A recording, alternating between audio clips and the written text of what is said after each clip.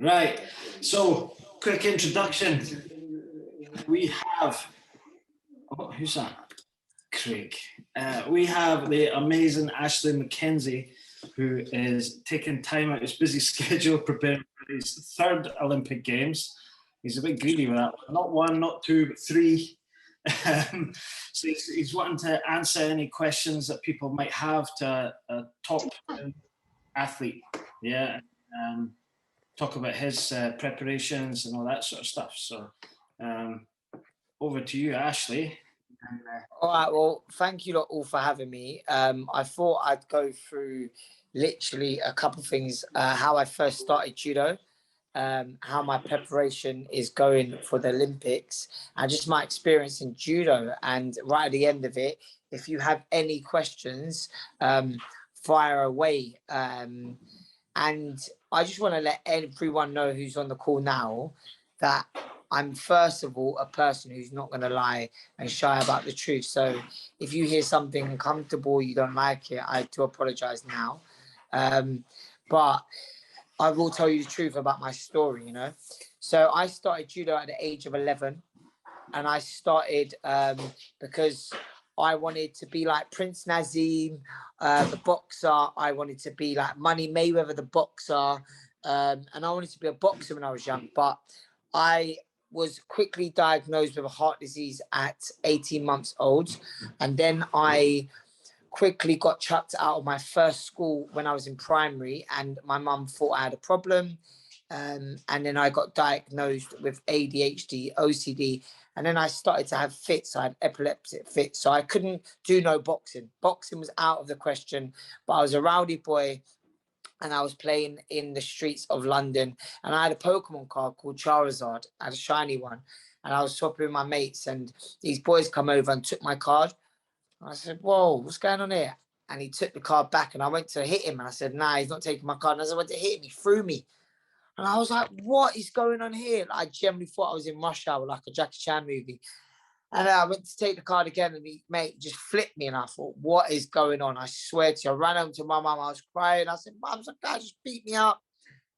I tried to search for him. He was gone. He's got my Pokemon card. I was angry. Anyways, my mum started typing it in there, and it was AOL then. It wasn't actually, it was called AOL. She was putting AOL, and she's putting throwing. And judo come up. So we went to the nearest judo club that Friday night. It was an advanced session. And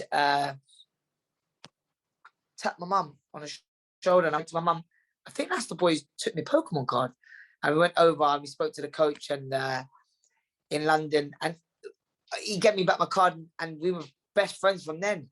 And I was in a special school, and I got excluded so many times in 1 year. I think my top one is like I found about 60 times in 1 year. So I realized when I was doing judo that I was concentrating on something that I really loved. And then when I was in school, it was just like a really bad experience for me. So when I was in judo, my mum was happy. My brothers were happy with me. But then when I was in school, it was really up and down. So I started to get medals. And I remember going to my first national championships. And I got graded from like a orange, like a yellow belt to like a green belt, because you need to be a green belt to enter the nationals. I remember coming out with a bronze, and my dad's Jamaican. Why? My skin color.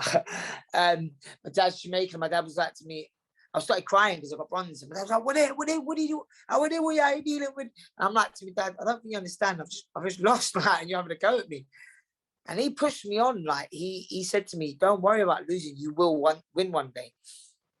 Anyways, moving on a couple of years, I ended up going to Youth Olympics in Ligliano, and Mark England, who is the head chief of Olympic Association now, and 2016 Rio, he was like to me, look, I know you're a bit bad, you've been banned from British judo, but if you stick your head and you work hard, you could actually go to 2012 Olympics.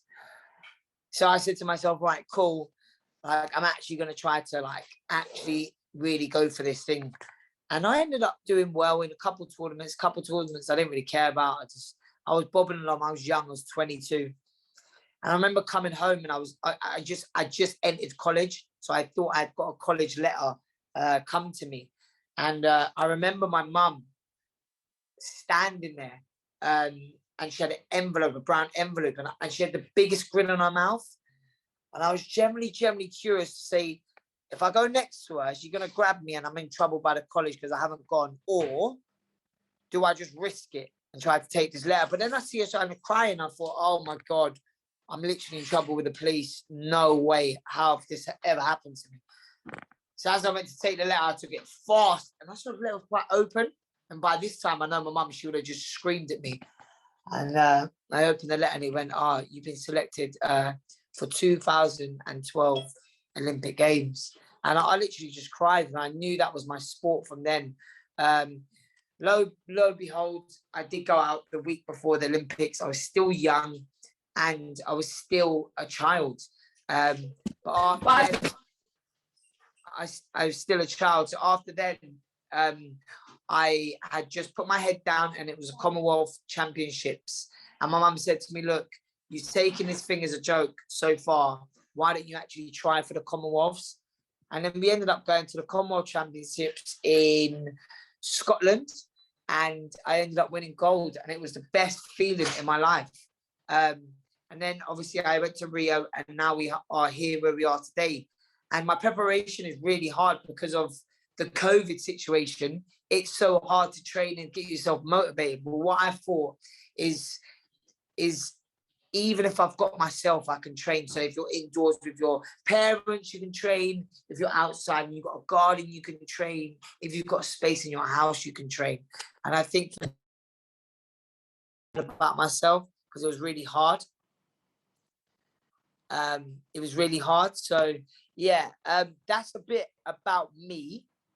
Would anyone like to ask me any questions? You can literally ask me any questions, what socks I'm wearing, or anything, I will answer them. Yeah, so do not be scared to answer me a question, okay? Who's got a question for Ashley? Put your hand up or just wave at us. Anne, I think, has got one.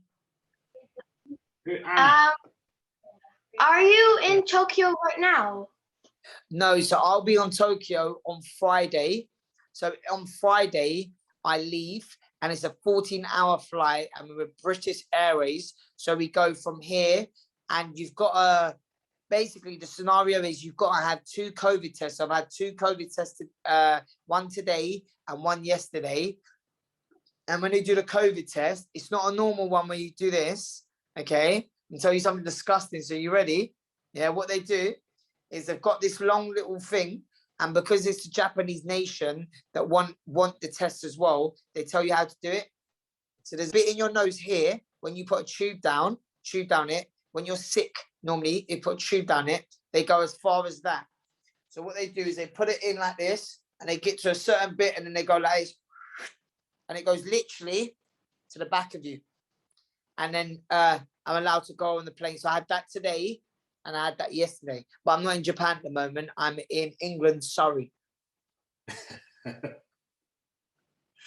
Ashley was saying that he lives in his the dojo down at Camberley, so he's having to isolate from all his teammates and friends because he can't afford to get COVID. So he's in a flat by himself. Very lonely, aren't you? Yeah, mate. Yeah. Do we have any more questions? Fire away. Radin, you have to unmute yourself. You did. Okay, there we go. I was just gonna say. Okay, I forgot. What were you gonna do when you go to Tokyo again? I forgot. Sorry. So when we get there in Tokyo, okay, there's different procedures. Okay, so when you get there in Tokyo, you first land there, and it's called a holding camp. So what a holding camp is, mate, we go there with our team and we don't actually go into the Olympic Village until the 22nd. So the 22nd, we go in the village, and then on the 24th, I weigh in. So I weigh in at 8 o'clock their time. Can anyone on the call tell me which weight I've got to make? Can anyone say what weight do you reckon I fight? Do I look big or small? You're asking things now, Ash. Go on. Someone's put their hand up. Middleweight. Is it under 60? You brought me. Yes, under 60 kilograms. At the moment, I'm very, very light. I can't lie to you. I'm about 62.1. But that's because it's the Olympic Games, and I'm taking it a bit more serious than normal. So normally I'd probably drop from.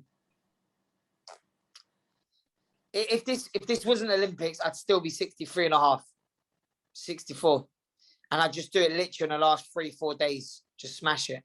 But because it's Olympics, I'm trying to do it like a bit more professional and try to come down slowly. I know I lose a bit more muscle doing that. But what I do gain is that when it comes to the games, I can eat every day up to it and then just pile on the carbs right at the end. Who else has a question for us? Ivan? Team Irving. Where are you? There's too many things on my screen. With no crowds. Yeah, so in the Olympics this time, there's no crowd. So what it is basically all the spectators are all there, but the spectators are the players. So you still have people watching you who've entered the tournament because they'll come still. So they still come and they still watch. So you do have some spectators, but you don't have lots of fans.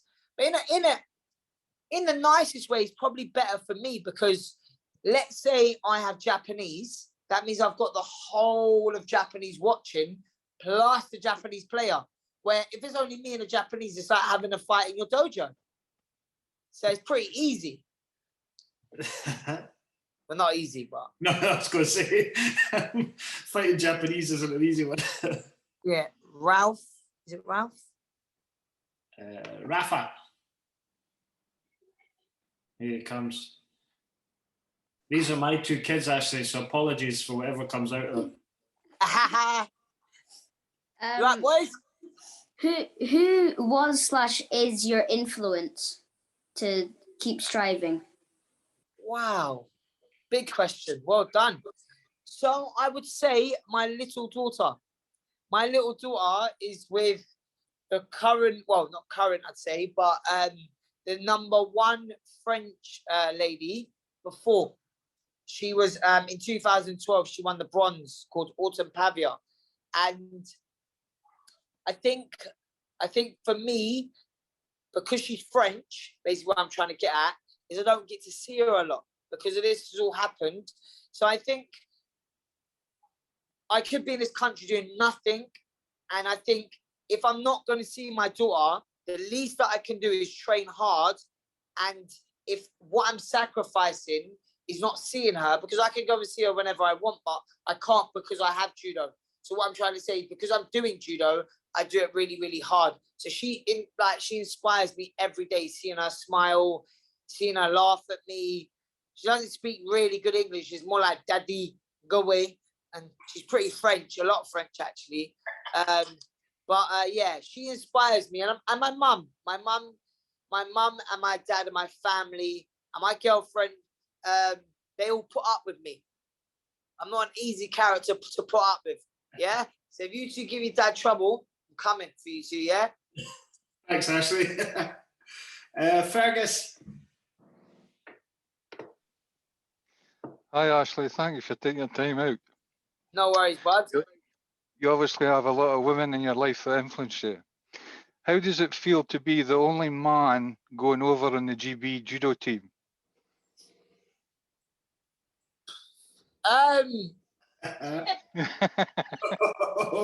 Well done. You got me. Well done. I'll happily say it's disappointing. It's frustrating. And it's more disappointing than anything. You know, British Judo fund nearly a team worth of men.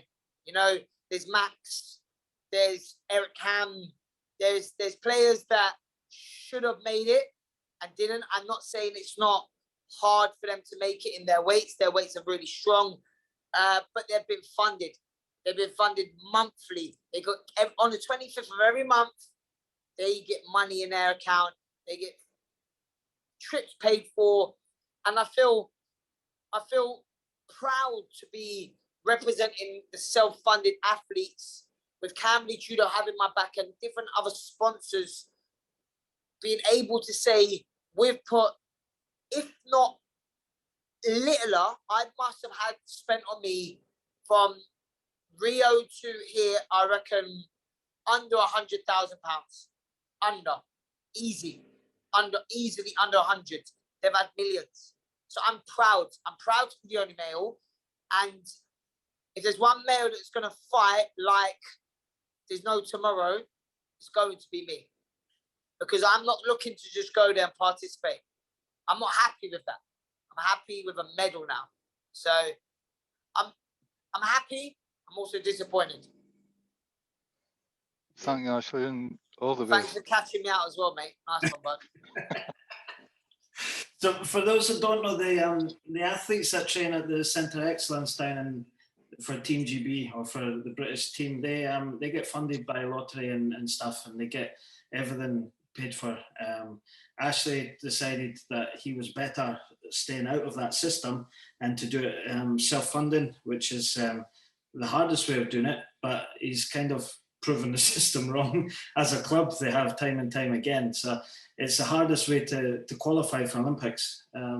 Actually, see, when you were competing, do you think having to worry about where the next lot of funding was coming from and how you're going to afford the next trip, do you think that had an effect? Look, at the moment, as we speak, I'll be after this, I'm concentrating about Commonwealth Games. I can't see England not selecting me. I don't even think I've got to do an event after the Olympics because I'm clearly England's number one. I'm Great Britain's number one, so I'm definitely England's number one. But yes, before, did it scare me? Of course it did. You know, I have really strong sponsorships. I have people who have my back. Do I worry about what happens to them or their business or their love for judo? Every day, you know, every day there's sponsors that pull out straight after the Olympics, you know. Do I get a job? Do I have to work somewhere? I'm forever gonna feel like this is an athlete. And I think that's the sad thing about it. If I'm clearly number one, I don't see why I've got to worry about where my next funding comes from. You know, I always say to people, if I was at the level I am now, at boxing, at football, rugby, I'd be a millionaire. But I'm not. And I do judo and I love judo, you know.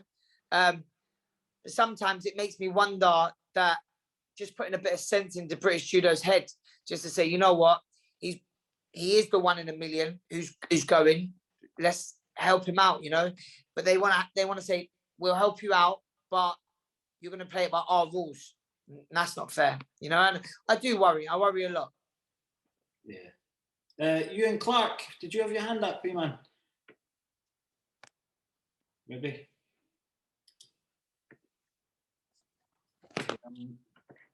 You there, Ewan?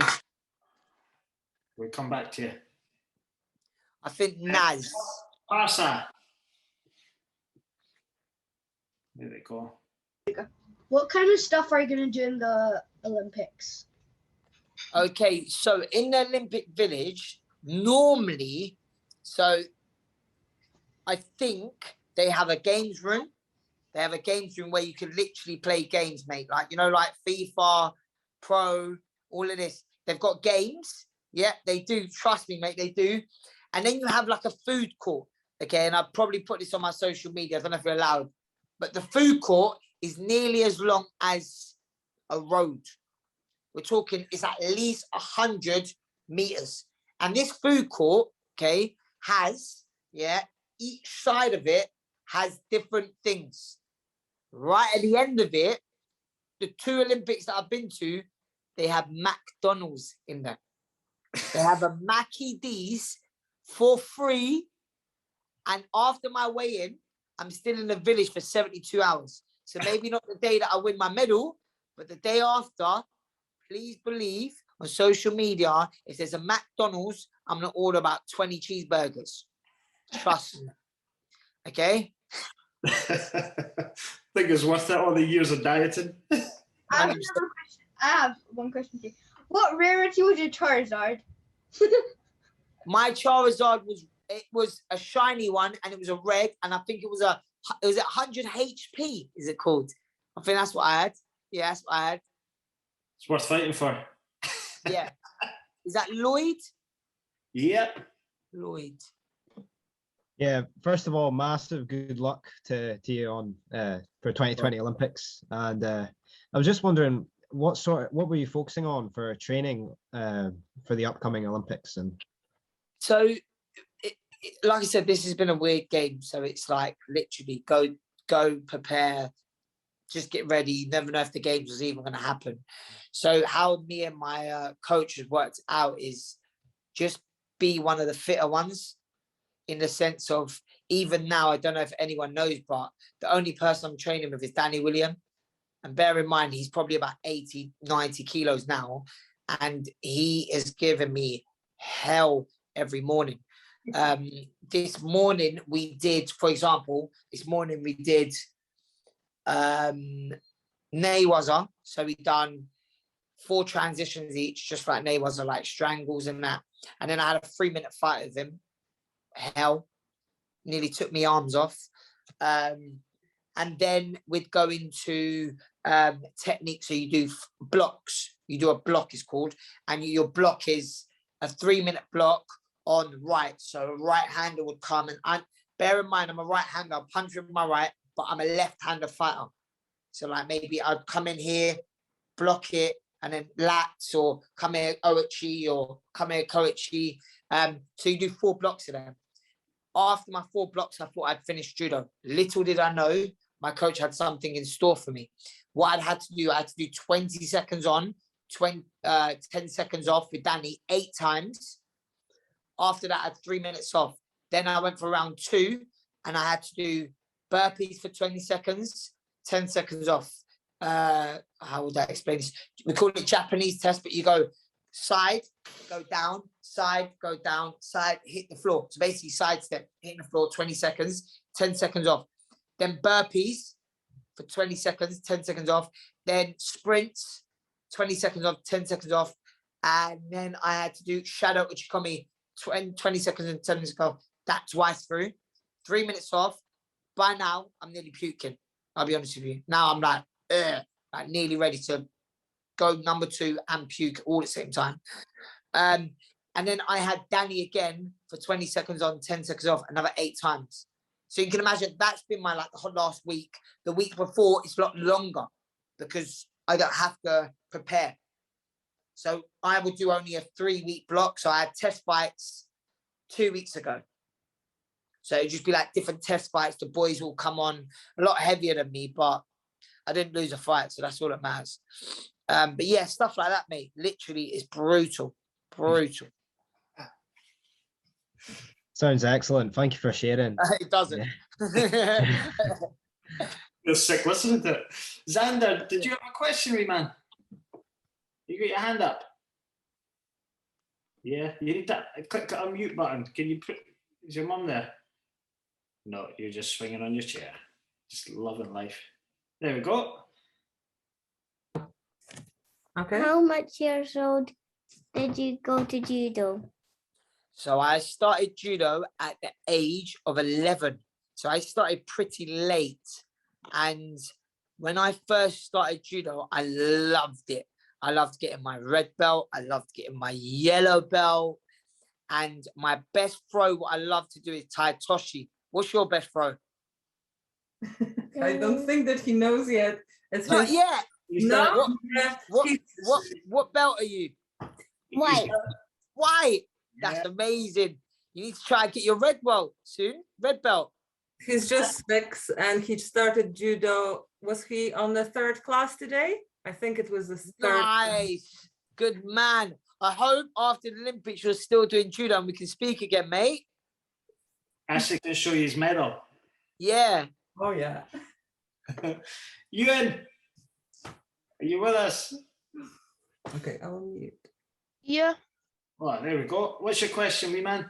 my question is, what fight was hardest for you? Wow. I know what it's 100%. So because I was a junior and I was a really good junior, they put me in seniors as well, and they select me for the World Championships. Bear in mind, I'd only done 1 or 2 senior events, and I was walking out, and it's in Rotterdam. And I remember on the draw, people were like, "Who have you got? Who you got?" And I said, "Oh, just this guy called Zantaraya." I didn't really I had no clue who this geezer was. I had absolutely no clue whatsoever. And I walked out there, and he basically like a wrestler. That's what he basically like. And he absolutely lamped me. And I looked to my coach, and I thought, did anyone want to tell me, like, what is this key? He ended up winning the World Championships that year. He went through the worlds like there was no tomorrow. But then I had him later that year in Japanese Grand Slam. And I thought, I knew exactly how to beat him. And I don't know if the confidence was just there, but bear in mind, he's a world champion. And I thought, that did not bother me once.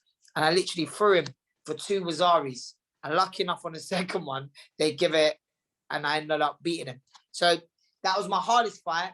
It's also been one of my easiest fights later in that year, and I was very young. So we had Georgie visit us a few years ago in Aberdeen, Ash, and he did a 2-day seminar, and the Uki had to go to a chiropractor after. He was suplexing him for 2 days. And the chiropractor asked how many people attacked him, and he says just 1, and he was small. He is. He's very small. That's the word. Mental. Completely off his head. Matthew. What colour belt are you? So I am a black belt, and I am a 4th Dan. I will be really honest with you. I have been given them in the nicest way.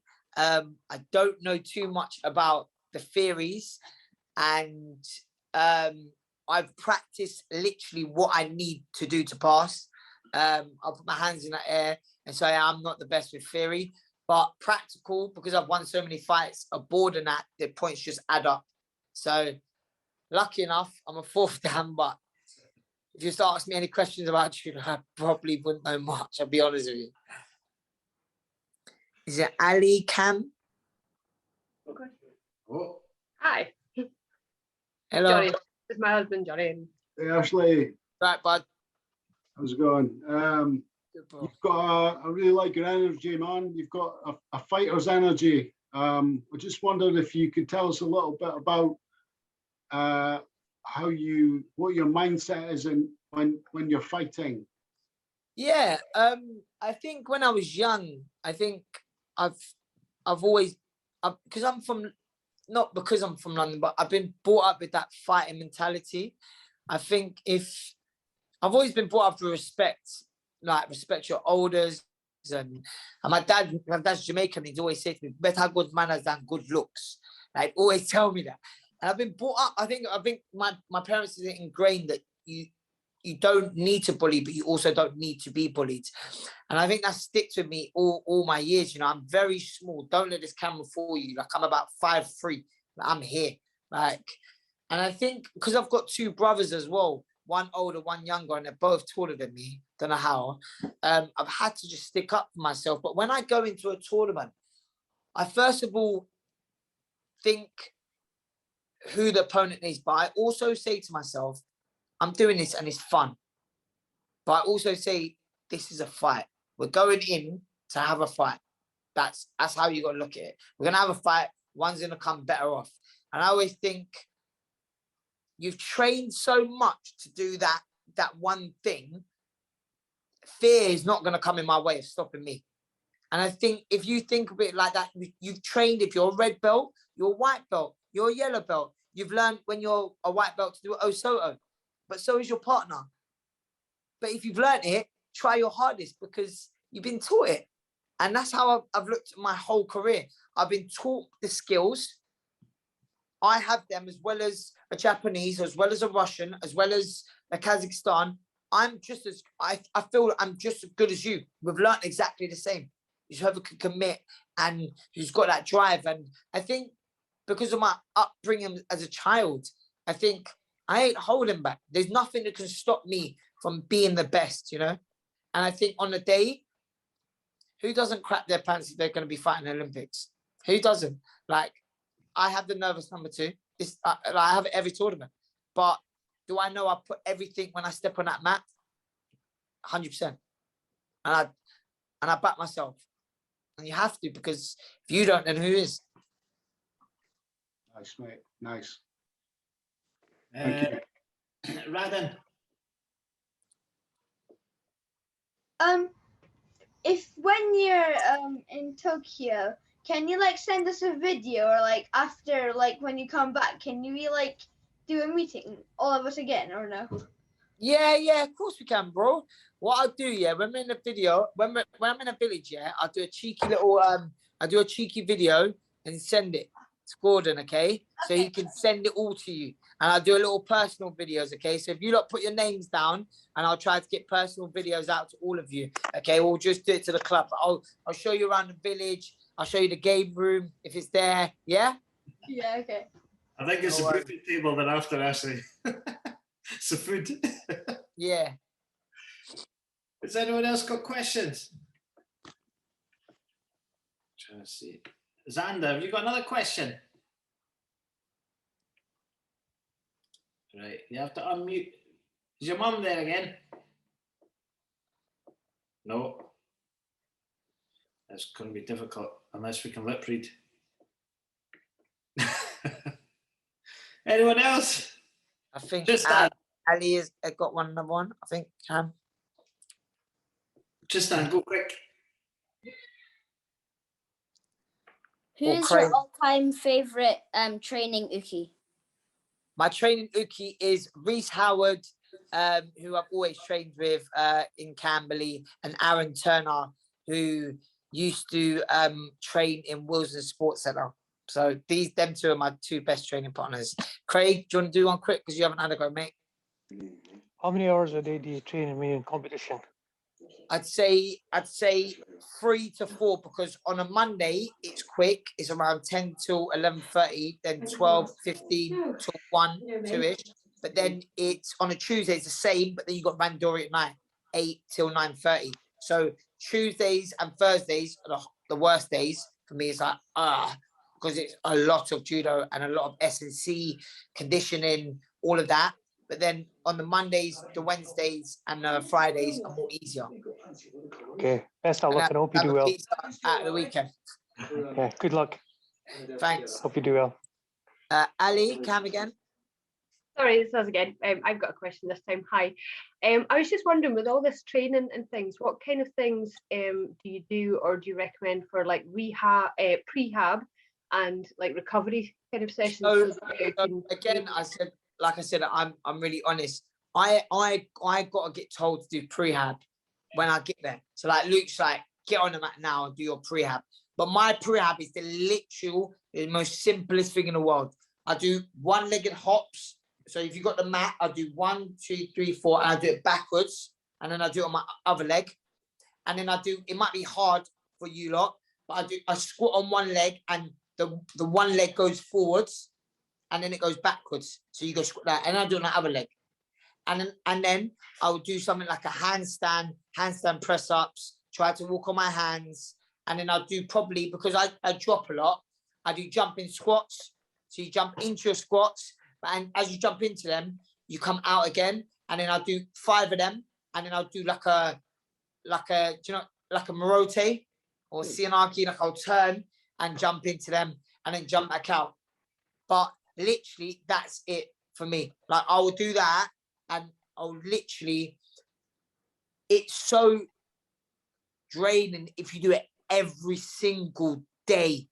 Like, bear in mind, if a tournament's coming up, I'm like, yeah, I'll do it. But like this week, oh wow, like it's bad. But like it does help, and it's good for prehab. But you have to do what you struggle the most, and my knees and my ankles. So that's why I do hops.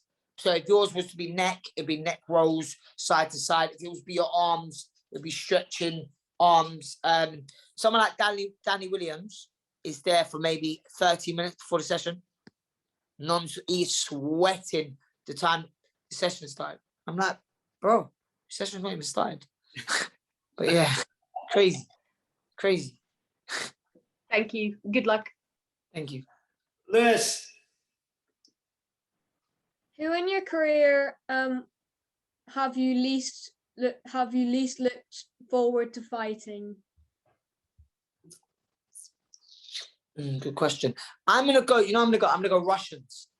I'm only gonna go Russians because I remember when I was in under 23s and I had this Russian, and this Russian I absolutely battered. If you watch the tape, it's under 23s finals, and I threw him about 8 times with different techniques. This Russian now, today, as we speak, is number 2 in the world. We've done exactly the same. My fighting style is a lot better than his. I'm not doing no accusing right now. He's a lot more stronger than me when we fight. I don't know why that is, but the Russians seem to be going like this very, very quickly in judo. And yeah, there is some of them are really, really strong, and you wonder how. Who else we got? Radin, you're back on. Parsa. What's the judo move you're best at, and what's the one that you don't really like? All right, so my favorite technique, what I like doing is drop taio. Left on left, I can near enough catch, I reckon, everyone. Right on left is a bit more harder. The technique I don't like doing is sumigeish, because sumigeish means what I need to do is I need to come over your back. And like I said, I'm about as tall as you right now. So it's quite hard for me to jump on someone's back and try to get them here to do a sumigeish. So it's really hard for me. So I don't really do that technique. Anyone else got questions? They've all gone quiet. No. Oh, Fergus has got one last one. Maybe. Unmute yourself, Fergus. There you go. That helps if you unmute myself. Sorry. You never guess I work in IT, Ashley. Okay, talking about your drop CEO, obviously Gosonda was a coach, influenced you possibly earlier on in your career. It was also part of your documentary about you being, shall we say, the bad boy of judo at one time. However, you're the best in the country, as you know, at the moment, and hopefully you will be for a long time. So it's just, you dropped CO away. Last competition, you were firing on all cylinders, and your final contest, the referee's decision just threw it out the window for you. How did you feel? I felt disappointing because what judo's done now is basically, it's who you know, in the sense of the referee, I know the actual referee who's coaching it, and he's a really good referee. And the Shido that had happened, I knew in the 4 minutes that we were fighting, I couldn't have got a Shido. So as soon as the contest started again, you start as a fresh slate. You don't start from the what you've done before. You start on a fresh slate, so you can't say attack 1. And because he put basically 1 or 2 attacks in, then they gave it to him. So I was thinking to myself, what's happening here, you know?